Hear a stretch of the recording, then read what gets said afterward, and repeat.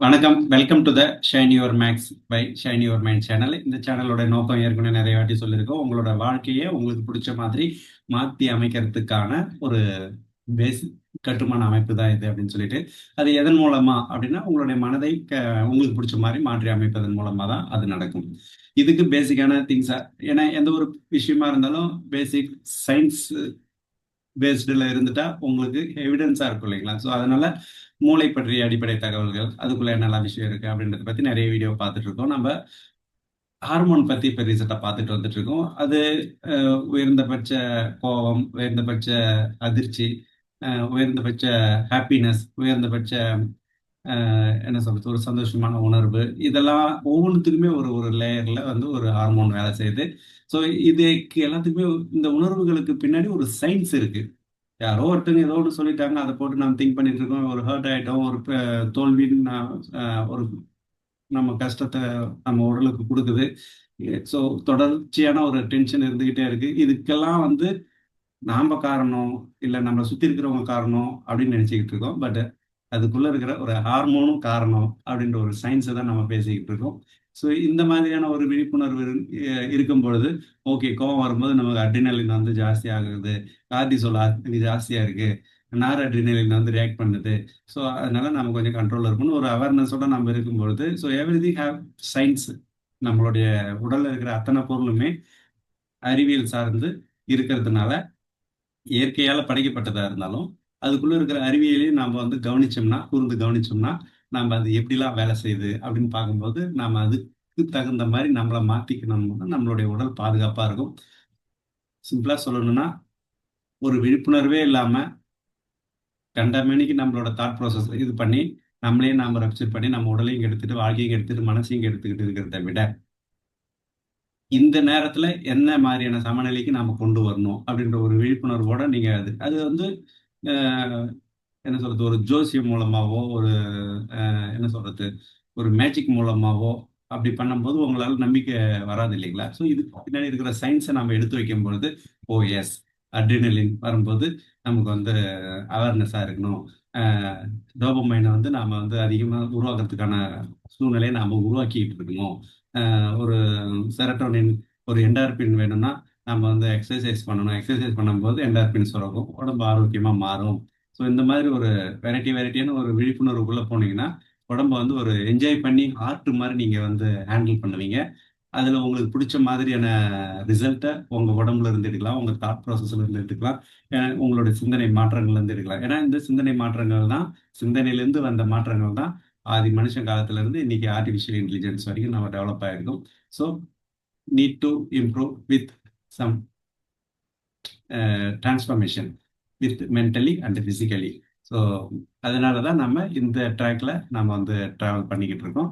இன்னைக்கு என்ன ஹார்மோன் பார்க்க போறோம் அப்படின்னா, பாராதைராய்டு ஹார்மோன்னு சொல்லிட்டு பிடிஹெச் அப்படின்னு சொல்லுவாங்க. இதனோட ரோல் மேஜர்லி என்ன அப்படின்னா, அதுக்கு முன்னாடி நம்ம ஏற்கனவே சொன்ன மாதிரி ஷார்ட் வீடியோல சொன்ன மாதிரி இது இந்த மாதிரியான பெயின்லாம் இருக்கும். ஏன்னா ஏன் நான் ஹார்மோனல் சப்ஜெக்ட் எடுத்துக்கிறேன்னா, ஒரு யங்ஸ்டர்ஸ் ஒரு ஒரு யங் ஏஜ்ல இருக்கும்போது எல்லாமே குரோவிங் ஸ்டேஜ்ல இருக்கும். 24 வரைக்கும் வந்து ஏதாவது சஃபர் ஆனா கூட அது தன்னை சரி பண்ணி ஏன்னா ஒரு வளர்ற செடி, வளர்ற மனித உடல் வந்து தன்னை வந்து அ இம்ப்ரூவைசேஷன் பண்ணிக்கிட்டே இருக்கும். எந்தெந்த இடத்துல குறைவா இருந்ததுனால அது வந்து சரி பண்ணிக்கும். பட் இந்த ஏஜ்ல வந்து எல்லாமே டவுன் ஆகுற டைம். ஸோ இந்த டயத்துல நாம சரியா நம்ம பார்த்துக்கலன்னா, அ கொஞ்சம் சிக்கலான சூழல் சூழல உடல் ரீதியாவும், மன ரீதியாவும் சந்திச்சுட்டு வந்துட்டு இருக்கோம். ஸோ அதனால தான் இந்த ஆஸ்பெக்ட்ல நான் வந்து க ஹார்மோனல் ஃபங்ஷன்ஸ், பிரெயின் ஃபங்ஷன்ஸ், மனம் ரீதியான சயின்ஸ் இது பத்திலாம் நான் வந்து பேசிக்கிட்டு இருக்கேன். ஸோ இப்ப பிடிஹெச் ஹார்மோனுக்கு வருவோம். இது நம்ம ஜென்ரலா இதுல என்னென்னலாம் பிரச்சனை வருது? பொதுவா இந்த உடல் வலி, தசை வலி, தசை பிடிப்பு, ஒரு மாரி களைப்பு, பலவீனம், தலைவலி, நினைவாற்றல் குறைபாடு, ஒரு அப்படியே மூளை வந்து ஃப்ரெஷ்ஷா இருந்தது வந்து ஒரு மாரி மங்குன மாரி ஆகும். என்ன சொல்றது? சில விஷயங்கள்லாம் அப்படியே நாளடைவுல கொஞ்சம் கொஞ்சமா மறந்து போற மாரியான ஒரு ஃபீல் இருக்கும். கை, கால் வலி வலி வலி, மனசோர்வு, எரிச்சல், மனநிலையில் மாற்றங்கள், மூளையில் என்ன சொல்றது? ஒரு ஒரு ஒரு கம்ஃபர்டபுளா சின்ன வயசுல நம்ம அப்படியே பல சிந்தனைகள இது பண்ணாலும் ஒரு பெரிய பிரச்சனையா இருக்காது. இப்பலாம் வந்து நெறைய சிந்தனைகள போட்டு இது பண்ணும்போது, அதுவே டயர்ட் ஆயி உடலுக்கு அந்த சோர்வ குடுத்துரும். ஸோ இதயத்துக்கு வந்து ஒரு போதுமான பம்ப் செய்ய முடியாத அளவுக்கு ப்ரெஷரு, இதயம் ரத்த நாள பிரச்சனைகள்னு பல பிரச்சனைகள் இந்த பிடிஹெச் ஹார்மோனால வர்றதுக்கான வாய்ப்பு இருக்கு அப்படின்ற மாதிரி சொல்றாங்க. ஸோ பிடிஹெச் ஹார்மோன் ஏன் சுரக்குது, எதுக்கு சுரக்குது, எந்த இடத்துல இருக்குது, அதை பத்தி இந்த வீடியோல பார்ப்போம் வாங்க. தசைப்பிடிப்பு, பற்களின் நெகிழ்ச்சி, அதுக்கு காரணம் ஒரு ஹார்மோனா? பற்களின் நெகிழ்ச்சினா என்னன்னா பற்களின் வலிமை வந்து குறைஞ்சி நெகிழ்வு தன்மையோட இருக்கிற அளவுக்கு இருக்கிறதுன்னு அர்த்தம். ஸோ கால்சியம் சப்ளிமெண்ட் எடுத்தாலும் எலும்பு வலி தீருமா, பிடிஹெச் ஹார்மோன் சரியாக வேலை செய்கிறதா, இந்த இந்த மாதிரி வந்து ஒரு ஒரு ஒரு டென்ஷனான எரிச்சலான வலியை அனுபவிக்கிற நிலைமையில இருப்பதுக்கான காரணம் பிடிஹெச் ஹார்மோன்ஸ் வந்து கம்மியானதான் இப்படியான பிரச்சனைகள் வரும் அப்படின்னு சொல்லியிருக்காங்க. நீங்க இவங்களை பார்த்துருக்க மாட்டீங்க, ஆனா இவங்க உங்க உடம்ப காப்பாத்துறாங்க. யார் அது அப்படின்னா பிடிஹெச் ஹார்மோன். அது வந்து எங்க இருக்குன்னா தொண்டை பகுதியில் அடிப்பகுதியில ஒரு பட்டர்ஃப்ளை சைஸுக்கு கீழே அடிப்பகுதியில அது போட்டிருக்காங்க பாருங்க. அதுல அடிப்பகுதியில் 4 பக்கத்துல இருக்கும். ஒரு பட்டாணி சைஸுக்கு தான் இருக்கும். ஸோ 4 சிறிய பாராதைராய்டு சுரப்பிகள் இருக்கும். அங்கிருந்து தான் பிடிஹெச் ஹார்மோன் வந்து சுரக்குது. கால்சியம் கட்டுப்பாடு என்னன்னா உடல்ல இருக்கிற கால்சியம், நம்ம ஏற்கனவே கால்சிட்டோனின் ஹார்மோன் பத்தி பார்க்கும்போது கால்சியம் தான் வந்து மேஜரான ரோல். கால்சியம், மெக்னீசியம், பாஸ்பரஸ் நிறைய இருக்கு. பட் ஒரு 75% வந்து கால்சியம் வந்து மேஜரா ரோல் பண்ணுது எலும்புல.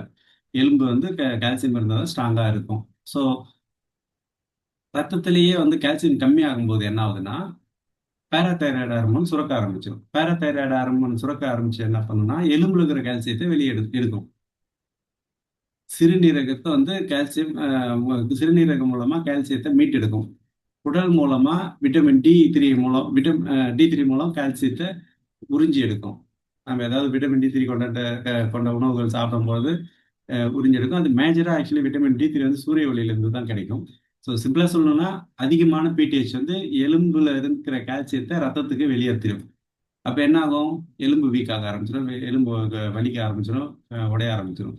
ஸோ இதனால வர பாதிப்பு என்ன, ஆஸ்ட்ரோபீனியா. ஆஸ்ட்ரோபீனியான்றது வந்து லாஸ்ட் வீடியோல நான் சொல்லியிருக்கேன். அதாவது டி ஸ்கோர்னு சொல்லுவாங்க, போன் டென்சிட்டி, ஒரு போனோட அடர்த்தியை கண்டுபிடிக்கிற ஒரு டெக்ஸான்ற ஒரு மிஷின்ஸ் மீட்டர் வச்சு அளக்கும் போது டி ஸ்கோர் வந்து ஜீரோல 0 to 1 அது இருந்ததுன்னா பிளஸ்ல இருக்குன்னு அர்த்தம், நல்லா ஹெல்த்தியா இருக்குன்னு அர்த்தம். ஜீரோல இருந்து -1க்கு வந்தா ஓகே நார்மல் அர்த்தம். -1ல இருந்து -2.5 வரைக்கும் வந்ததுன்னா ஆஸ்ட்ரோபீனியா. இது வந்து ஒரு ரொம்ப வீக்கான ஸ்டேஜ்னு சொல்லலாம். அதுக்கடுத்து வந்து 2.5 -2.5க்கும் கீழே போச்சுன்னா அது ரொம்ப மோர் டேஞ்சரஸ், ஆஸ்ட்ரோபோரோசிஸ்ன்னு சொல்லுவாங்க. ஸோ இந்த மாதிரி பிடிஹெச் ஹார்மோன்ஸ் வந்து சுரக்க ஆரம்பிக்கும் போது அதிகமாகும் போது ஆஸ்ட்ரோபீனியா கண்டிஷன்ஸ் வரும். ஏன்னா எலும்புல இருக்கிற கால்சியத்தை வெளியே எடுக்குது இல்லைங்களா ரத்தத்துக்கு, அது மாதிரி. அதே மாதிரி குறைந்த பிடிஹெச் வந்து ரத்தத்துல கால்சியம் குறைவு ஏற்படும்.